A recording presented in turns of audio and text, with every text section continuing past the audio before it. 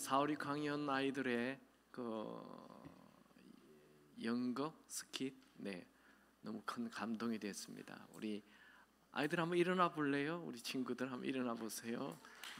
큰 박수 해주시기 바랍니다. 감사합니다. 고맙습니다. 예수님 역할하는 아이는 팔 오래 이래서 아프겠어요. 너무 이뻐요. 마치고 꼭 한번 안아줄게요. 고맙습니다. 우리 친구들 4, 6학년 오늘 스키 단 친구들을 다 해외 아우리치 데려가고 싶어요. 그래서 그 다른 나라 아이들이 그런 걸 좀 보고 평생 처음 볼 텐데 너무 마음이 좋습니다. 감사합니다. 오늘 크리스마스 이브지요. 우리 옆에 있는 분에게 한번 메리 크리스마스. 앞뒤로도 메리 크리스마스. 감사합니다. 오늘 말씀은 흑암의 빛으로 오신 예수님, 이런 제목으로 말씀 나누겠습니다.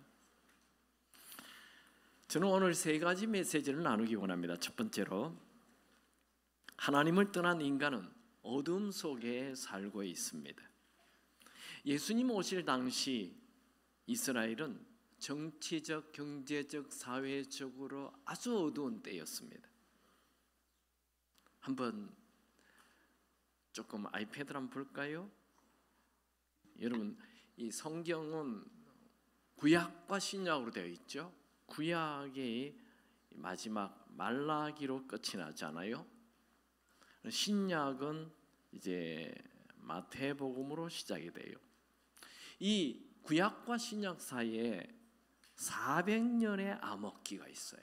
굉장히 긴 시간에 400년 동안 캄캄해요. 하나님 말씀이 나타나지 않아요. 이 400년 암흑기 동안 무슨 일이 일어났을까요?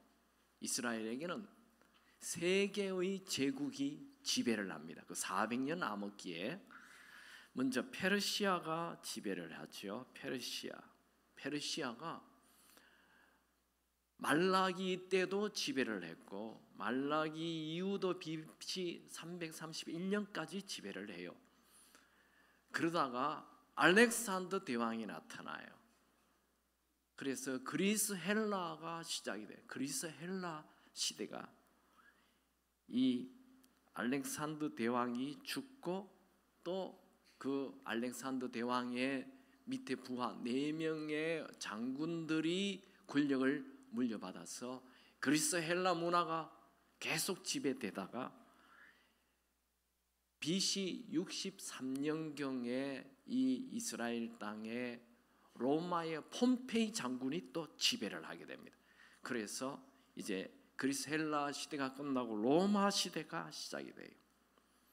로마 시대는 예수님이 태어났을 때도 그리고 태어난 이후에도 계속 지속이 됐죠. 그러니까 이 구약과 신약 사이에 400년의 암흑기가 있는데 이 암흑기에 세 개 제국이 지나갑니다.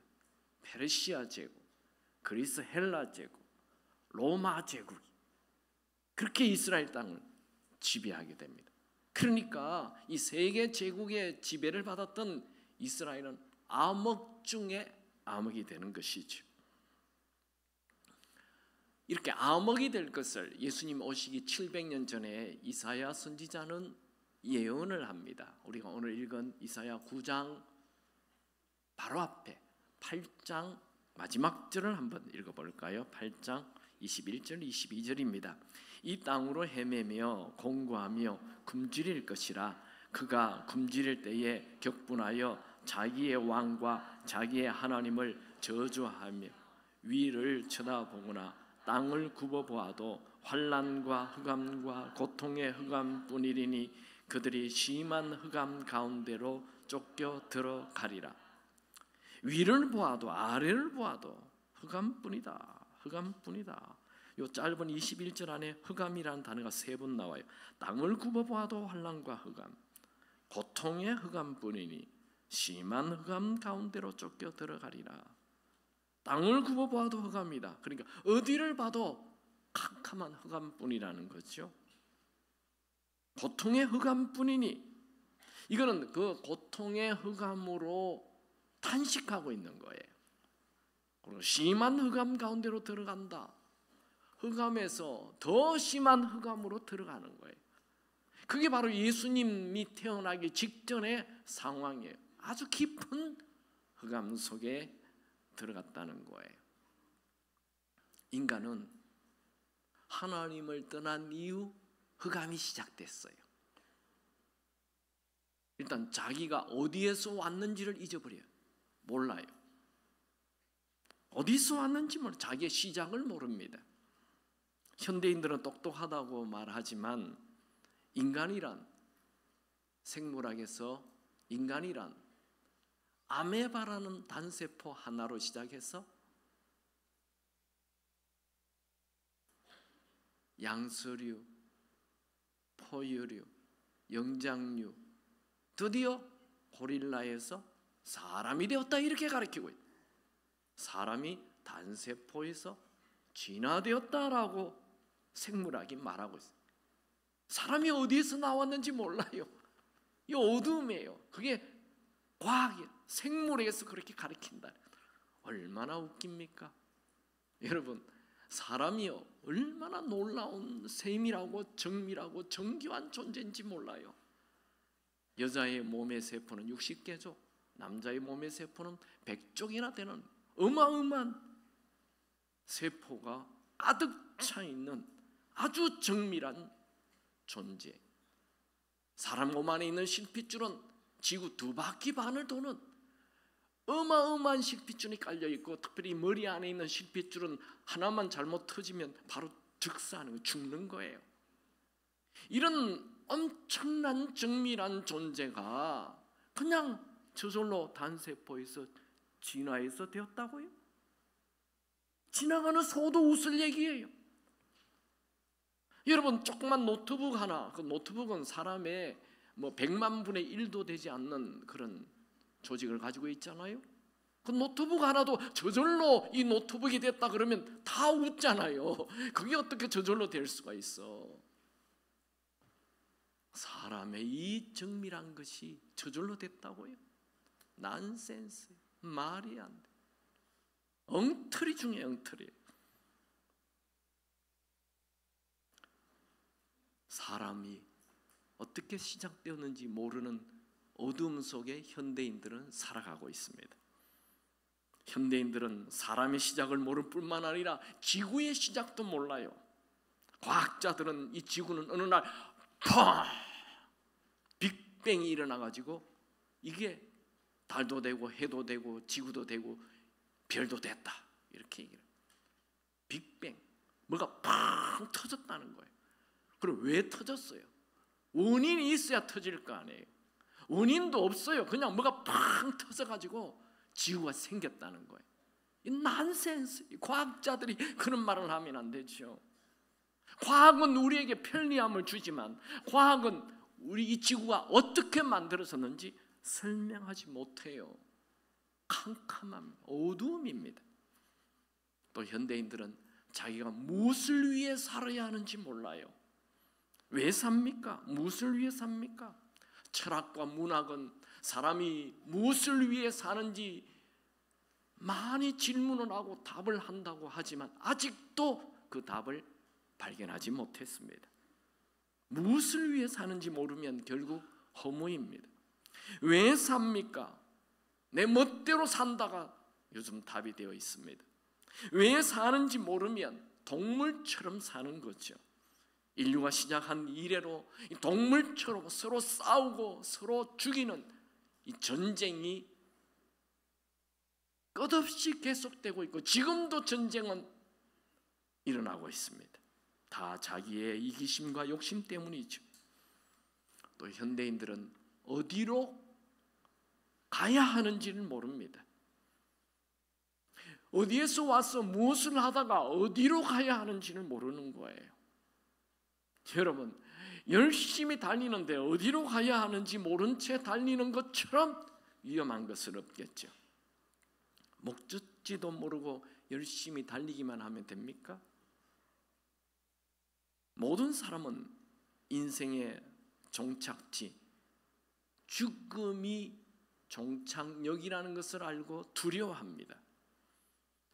죽음은 모든 사람들이 다 아는 반드시 만나야 하는 인생의 종착지입니다.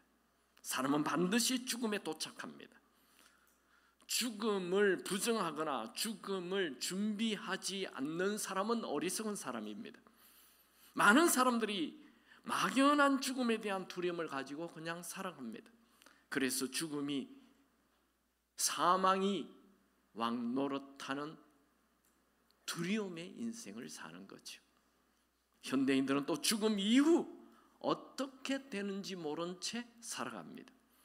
불교에서 말하는 윤회입니까? 죽음 이후 개나 닭이나 돼지가 됩니까?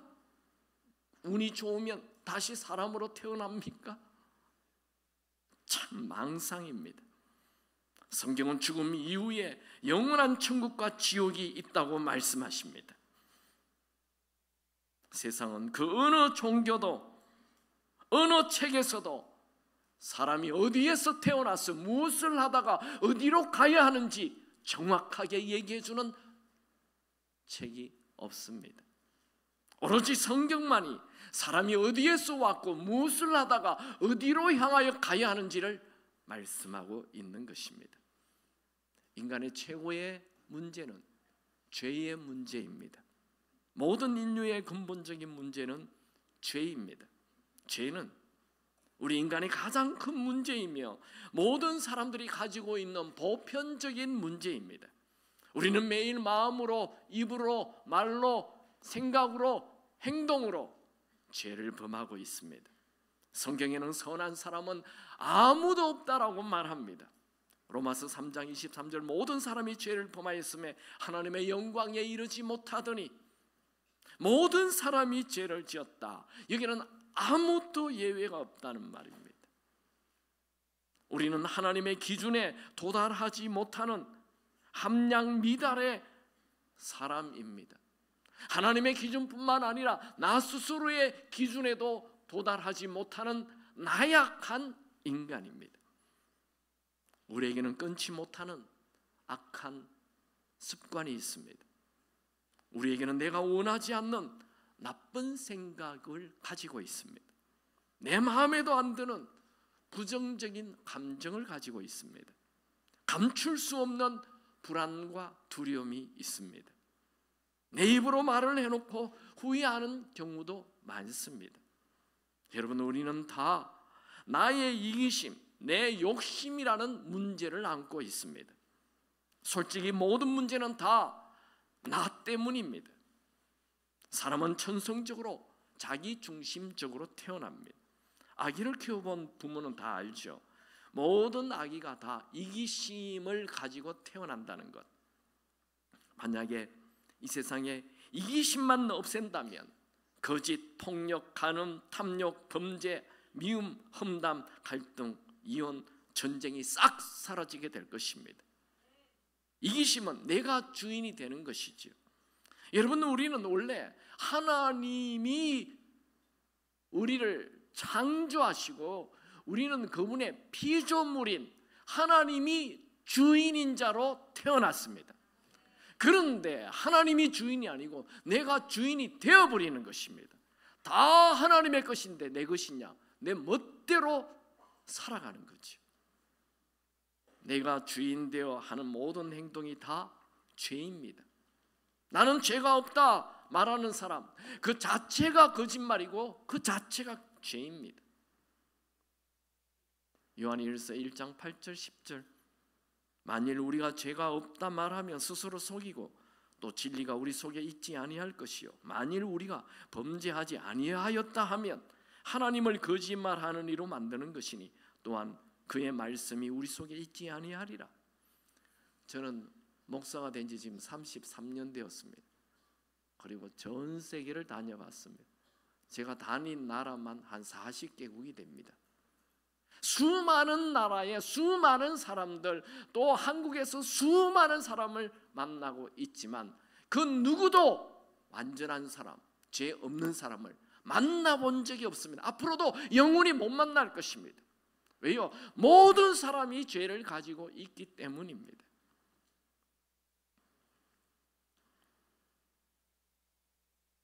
여러분, 예수님이 오시기 직전이 흑암이라 했죠.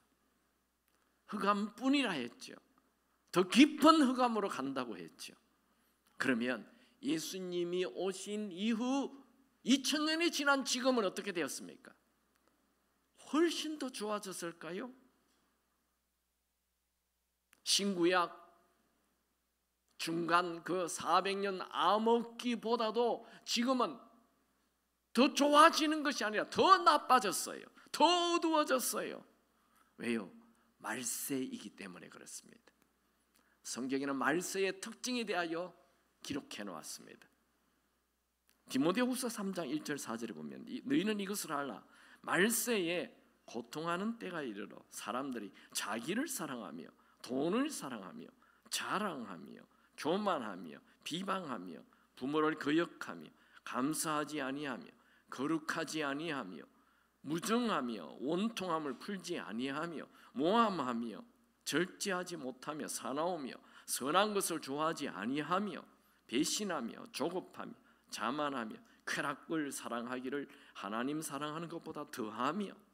자, 말세의 특징이 쭉 나오는데 첫 번째 특징이 뭐냐면 자기를 사랑하며, 자기를 너무 사랑한다. 자기 사랑, 이기심이에요. 하나님보다도 자기를 더 사랑해요. 무슨 말입니까? 하나님 필요 없어. 내 인생은 내가 알아서 산다 하며 내가 바로 하나님이 되어버리는 거죠. 말세를 사는 현대인들은 자기가 하나님이 되어버렸어요. 자기가 옳다고 생각하면 그냥 그 길로 가는 거예요. 성경이 아무리 얘기한다 해도 그거 듣지 않아요. 성경 말씀이 뭐 중요해? 내 생각, 내 판단이 내가 옳은 거지. 그렇게 얘기한다는 거예요. 이 죄 뒤에는 사탄이 있습니다. 코로나 이후에는 극이기주의가 생겼습니다. 더 이기적으로 되었어요. 사탄은 자기를 사랑하게 하고 거룩하지 않게 하고 선한 것을 좋아하지 않게 하고 쾌락을 하나님보다 더 사랑하게 한다. 이렇게 말세의 특징을 말하고 있습니다. 여러분, 사탄은 무엇보다도 사탄의 계획을 이루기 위하여 가정을 파괴해버리는 것입니다. 지금 21세기의 특징은 가정 파괴의 시대입니다. 우연이 아니고 사탄의 계획이라는 거예요.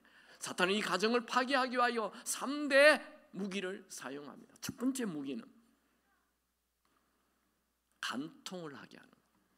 가정은 남녀가 사랑해서 서로 결혼하여 가정을 이루죠. 그런데 이 사랑의 문제를 일으키게 하는 거예요. 부부가 사랑하는 것이 아니라 다른 사람과 사랑하게 만들어버리는 거예요. 이게 간통이죠. 옛날에는 간통은 국가에서 못하도록 법을 정해 죄로 감옥에 집어넣었어요. 지금은 국가가 간통을 하라 해도 된다 법으로 허락해버렸어요. 이게 말세가 되어서 그런 거예요. 사탄은 낙태를 하게 합니다. 낙태는 간통한 이후에 생기는 아이를 감추는 거죠.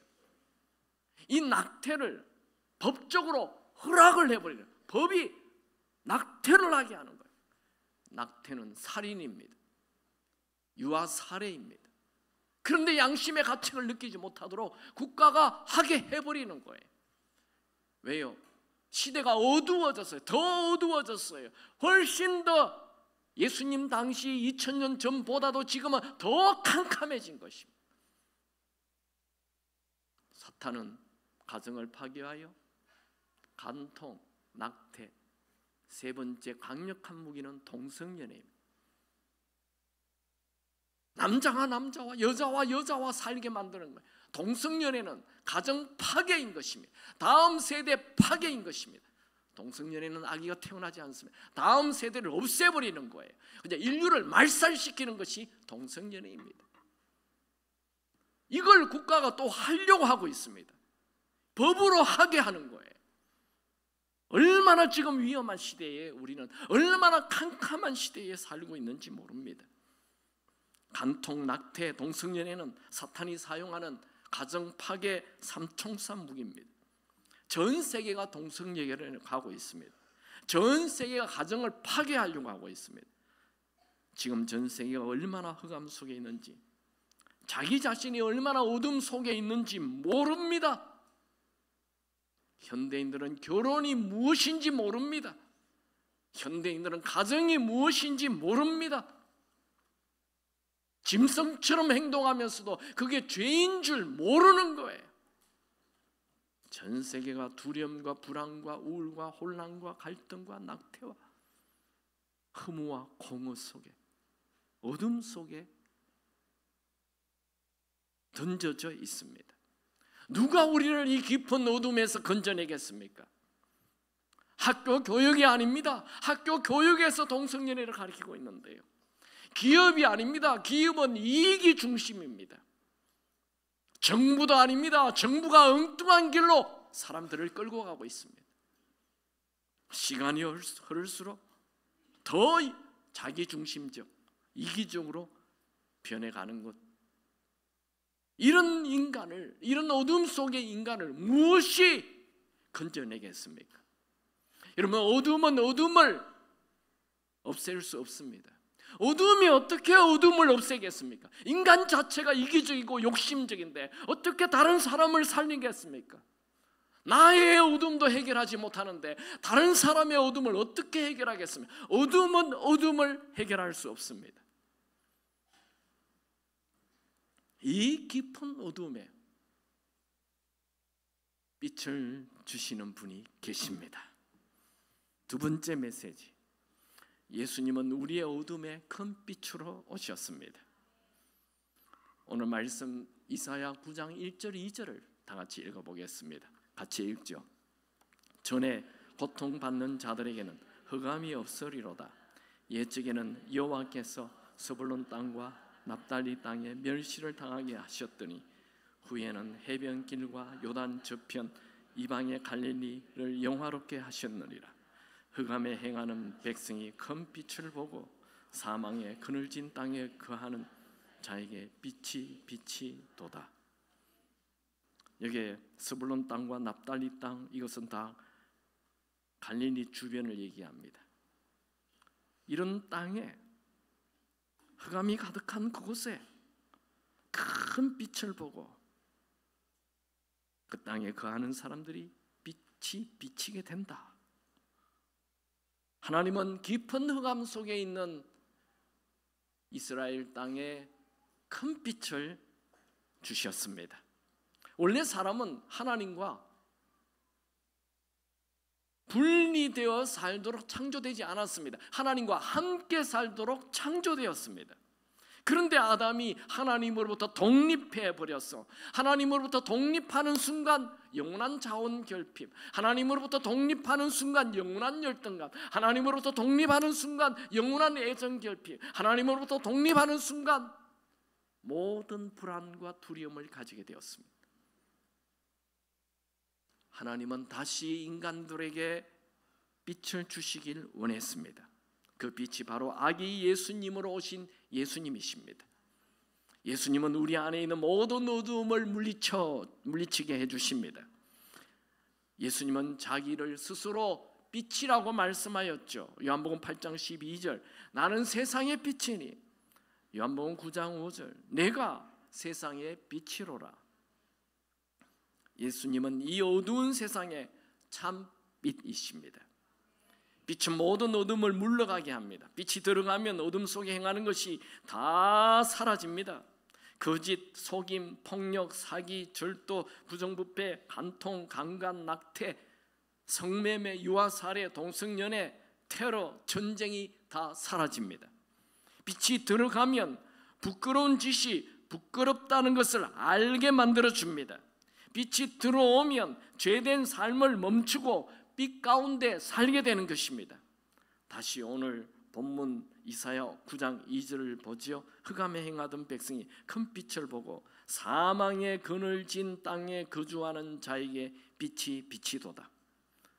예수님 태어나심은 흑암 속에서 사망의 그늘진 땅에 살던 자에게 빛이 비치는 것입니다. 흑암 속에 빛이 비치는 것이 크리스마스입니다. 성경은 세상 안에서 빛이 솟아났다라고 말하지 않습니다. 사망의 그늘진 땅에 세상 밖에서 빛이 들어온 것입니다. 예수님이 우리 안에 들어오면 이 사망이 왕 노릇하는 이 삶이 생명이 왕 노릇하는 삶으로 바뀌게 됩니다. 빛은 아기 예수로 우리에게 오십니다. 이사야 9장 6절을 한번 같이 읽을까요? 다 같이 읽습니다.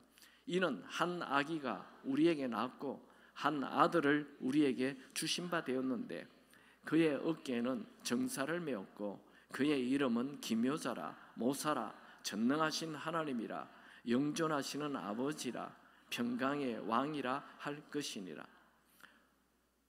하나님이신 예수님이 이 땅에 오실 때 어린 아이로 오셨어요. 왜 어린 아이로 왔습니까? 청년으로 오면 더 좋지 않아요? 고생도 안 하시고. 어린 아이로 오셨다는 것은 인간이 어린 아이로 태어나서 유아기, 청소년기, 청년기, 장년기, 노년기 이 모든 것을 다 경험하시고 아셔서 우리와 좀 더 깊은 친밀감을 가지게 하시기 위하여 어린아이로 오신 것입니다. 여러분 집에 혹시 금붕어 키우십니까? 처음 금붕어 키우면 금붕어 이쁘죠? 그게 왔다리 갔다리 하는데 생동감이 있어요. 저도 처음 금붕어를 키울 때 한참 쳐다봤어요. 밖에 나가다 들으면 그 금붕어 앞에서 내가 금붕어가 좋은데 금붕어가 좋다고 해서 내가 금붕어가 될 수 있나요? 그건 절대 안 합니다. 돈 1,000만 원 줘도 아니 몇백억을 줘도 난 금붕어는 안 할 거예요. 여러분 집에 강아지 키우시죠? 강아지 이쁘죠? 와서 꼬리 흔들고 부비고 좋아요. 강아지 이쁘잖아요. 강아지가 이쁘다고 해서 내가 강아지가 되진 않잖아요. 강아지가 자꾸 나와 의사소통이 안 돼서 내가 강아지가 되어서 의사소통을 좀 해야 되겠다. 그런 분 없죠.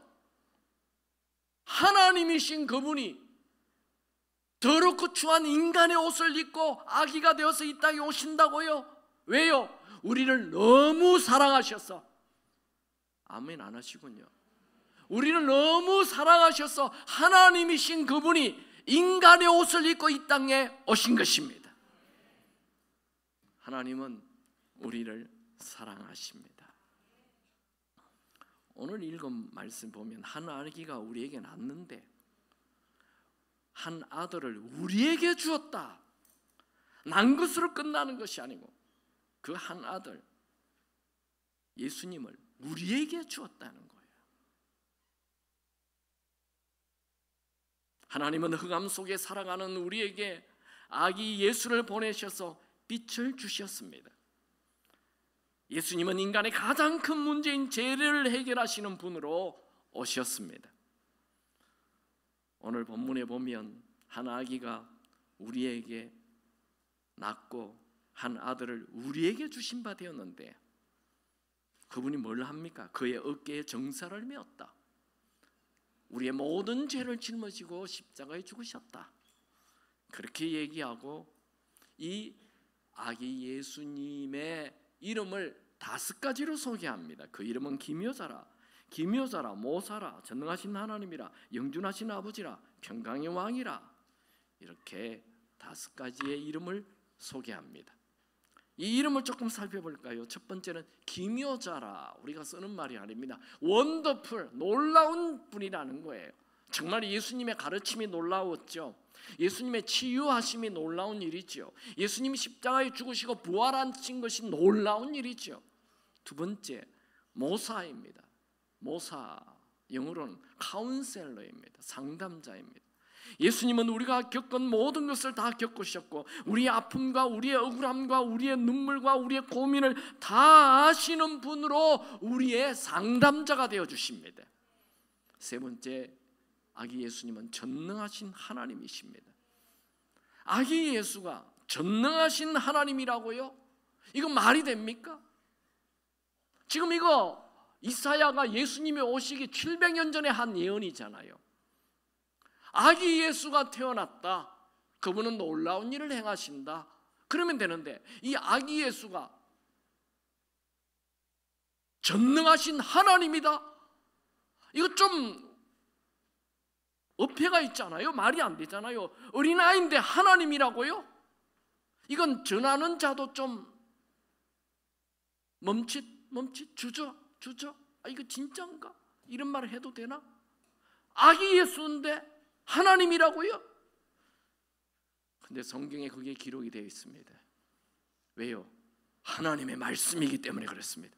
인간은 그런 얘기를 못합니다. 아기인데 하나님이다, 이런 말을 어떻게 인간이 합니까? 이는 인간의 말이 아닙니다. 하나님의 말씀입니다. 그 다음에는 또 더해요. 영존하시는 아버지다. 아니, 아기가 태어나서 장년이 되고 노인이 되어 죽어야죠. 그런데 영원히 존재하는 아버지라고요? 이거 말이 됩니까? 아니, 사람이 태어나면 죽어야 되는데 영원히 존재하는 아버지라고요? 어떻게 이런 말을 할 수 있어요? 하나님의 말씀이기 때문에 그런 말을 하는 것입니다. 마지막 다섯 번째, 평강의 왕이시다. 지금 이스라엘 백성들은 페르시아의 제국의 지배를 받다가 그리스 헬라의 지배를 받다가 지금 로마의 지배를 받고 있는데 평강의 왕이 와요. 평강을 줘요. 평안을 줘요. 할렐루야! 예수님은 우리에게 평안을 주시기를 원합니다. 우리의 모든 어둠을 물러가게 하실 분이십니다. 세 번째 메시지, 그 예수님을 주인으로 모시면 어둠이 싹 물러가고 큰 빛을 가지게 됩니다. 여러분, 인생은 어디에서 와서 무엇을 하다가 어디로 가야 하는지 모르는 흑암 속에 살아가는 거예요. 그런데 예수님이 오게 되면 내가 어디에서 왔어, 무엇을 하다가 어디로 가야 되는지 환하게 알게 됩니다. 아멘입니까? 예수님을 주인으로 모시면 이 세상의 모든 것이 다 아름다워집니다. 여러분, 이 컵이 아름답죠? 여러분의 집에 있는 컵보다 나은가? 이쁜가? 참 이쁘게 만들었어요. 이뻐요. 이게요, 캄캄한 곳에 상자 집어넣으면 이 컵이 이쁜지 안 이쁜지 알 수가 없죠. 빛이 들어와야 이쁘다는 것을 알게 되는 거죠. 아름다운 꽃, 캄캄한 데 있으면 꽃인지 뭔지 몰라요. 그런데 빛이 비치면 아름다운 꽃이라는 걸 알게 되죠. 이 세상에 아름다운 게 많아요. 그런데 빛이 들어오지 않으면 그 아름다운 게 아름답지 않습니다. 아름다운지 모릅니다. 우리 처녀 총각들의 최고의 관심이 결혼이죠. 결혼 참 좋은 거죠. 결혼 참 아름다운 거죠. 꽃을 뿌려주고 결혼 좋죠. 그런데요, 그렇게 사랑하는 남녀가 결혼을 했는데 빛이 없으면 지옥이 되는 것입니다. 아니, 돈이 있다니까요, 직업도 좋다니까요, 학력도 좋아요, 얼굴도 잘생겨요. 그런데 지옥이. 예수가 없으면 빛이 없기 때문에 아무리 좋은 결혼도 지옥이 되는 거예요. 예술 좋죠. 음악 좋죠. 이야, 좋은 곡 하나는 그냥 눈물이 퍽 나요. 좋은 찬양. 그런데 이 좋은 음악도 예수가 없으면 아름답지 않아요. 추해요, 더러워요, 허물을 줘요.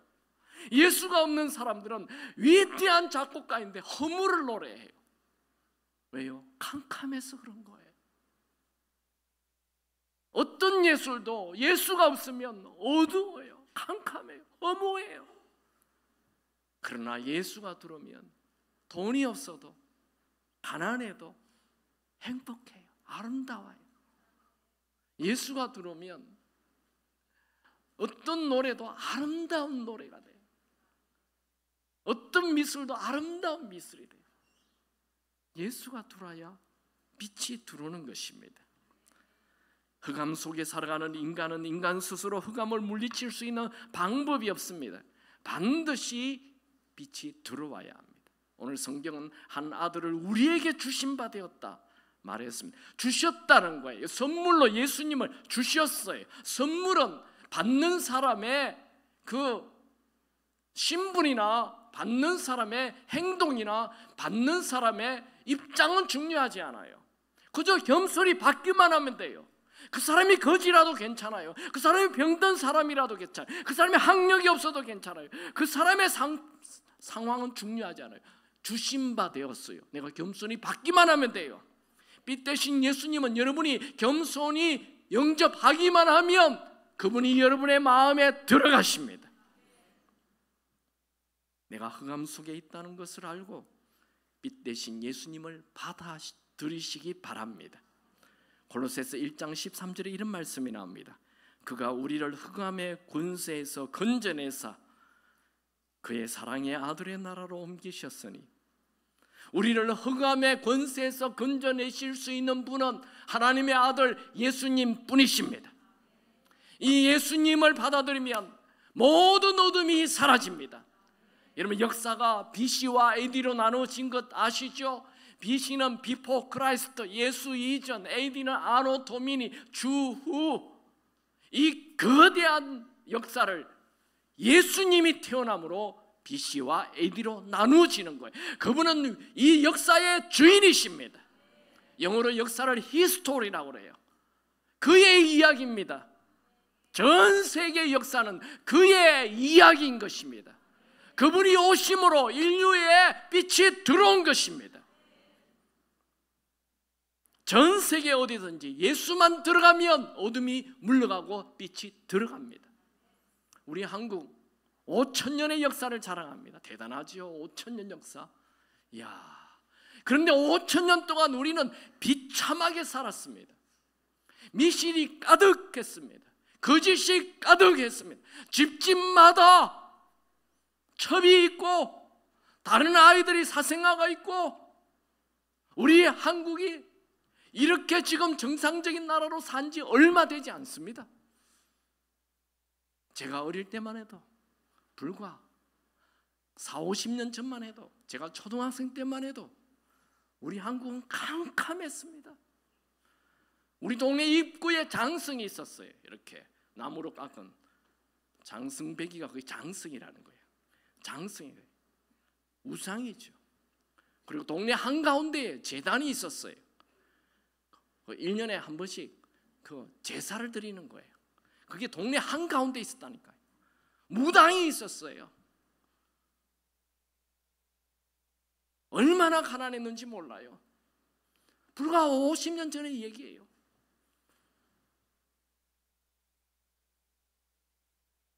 동네마다, 제가 살았던 동네는 농촌이었습니다. 농촌은 겨울이 되면 집집마다 곡소리가 납니다. 왜요? 노름을 해요. 도박을 해요. 그래서 1년 내내 농사한 것 그냥 아버지가 노름해서 다 날아가 버리는 거예요. 도박이에요. 집집마다 도박 때문에 아우성이었어요.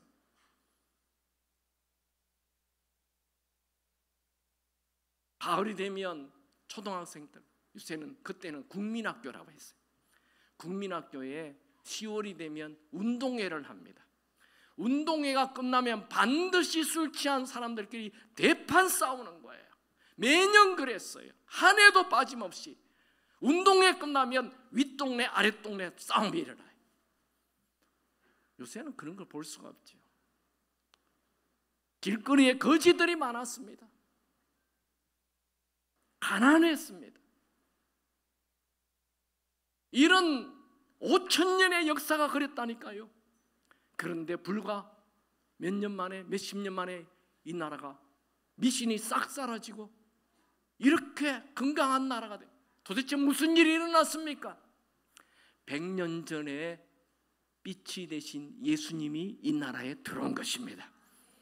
이 나라를 이렇게 바꾼 것은 흑암을 물리치는 빛 대신 예수님이 오신 것입니다. 한 나라의 모든 것을 바꿔버립니다. 여러분의 가정도 예수님이 주인이 되면 여러분의 가정의 모든 어둠이 떠나가게 될 것입니다. 여러분 개인도 예수님이 주인 되시면 모든 개인의 어둠이 떠나가게 될 것입니다. 예수님이 오신 지 2000년이 지났습니다. 그 얘기는 크리스마스를 2000번 맞이했다는 말이지요. 17세기 시인 앙겔루스 실리시우스는 이런 말을 했습니다. 그리스도 베들레헴에 태어나심이 천수백 번을 헤아리건만 그리스도께서 당신 자신의 마음에 나시지 않으면 그대의 영혼은 아직 버림받은 채로다. 여러분, 이번 크리스마스에 빛 대신 예수님을 주인으로 모시기 바랍니다. 오늘 말씀 한번 정리해 볼까요? 흑암의 빛으로 오신 예수님. 첫 번째, 하나님을 떠난 인간은 어둠 속에 살고 있습니다. 삶의 시작이 무엇인지, 삶의 이유가 무엇인지, 삶의 목적이 뭔지, 삶의 목표가 뭔지, 죽음 이후 어떻게 되는지 깜깜합니다. 아무리 학교 박사라 해도 왜 사는지, 어디에서 왔는지, 어디로 가는지 모른 채 깜깜하게 살아가는 거예요. 그게 하나님을 떠난 인간은 흑암 속에 사는 것입니다.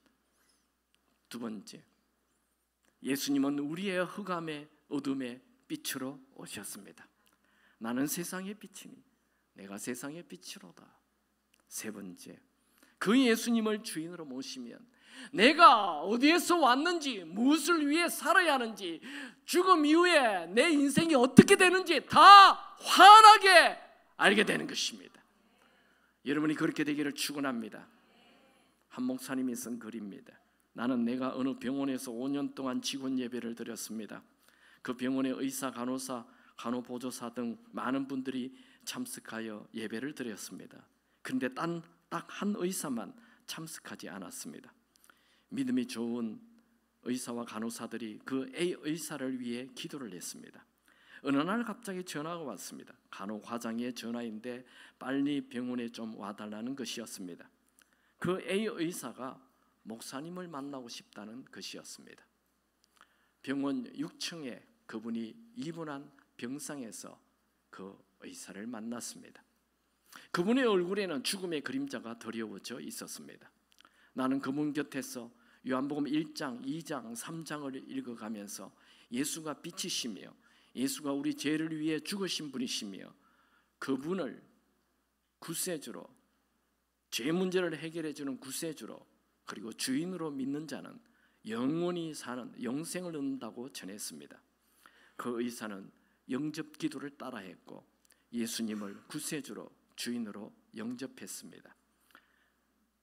기도가 마쳤을 때 그 의사는 어린아이처럼 눈물을 펑펑 쏟으며 울었습니다. 그리고 한참 후에 눈을 뜨고 목사님, 이제 내 마음이 평안하네요. 이상하게 평안하네요 라고 말했습니다. 여러분, 이 세상의 다른 모든 불빛이 다 꺼져도 예수님의 빛은 꺼지지 않습니다. 예수님을 주인으로 모시면 그 어떤 흑암도 이길 수 있습니다. 예수님은 영원히 꺼지지 않는 빛이십니다. 예수님은 모든 흑암을 물리쳐 주시는 큰 빛이십니다. 희망을 가지고 사시기 바랍니다. 지금 여러분에게 어둠이 있습니까? 남들이 모르는 어둠이 있습니까? 질병이 있습니까? 미래가 암담합니까? 괜찮습니다. 여러분에게 빛 대신 예수님이 계십니다. 그분은 해결하지 못할 어둠이란 없습니다. 그분이 계시기만 하면 어둠은 물러갑니다. 찬양합니다.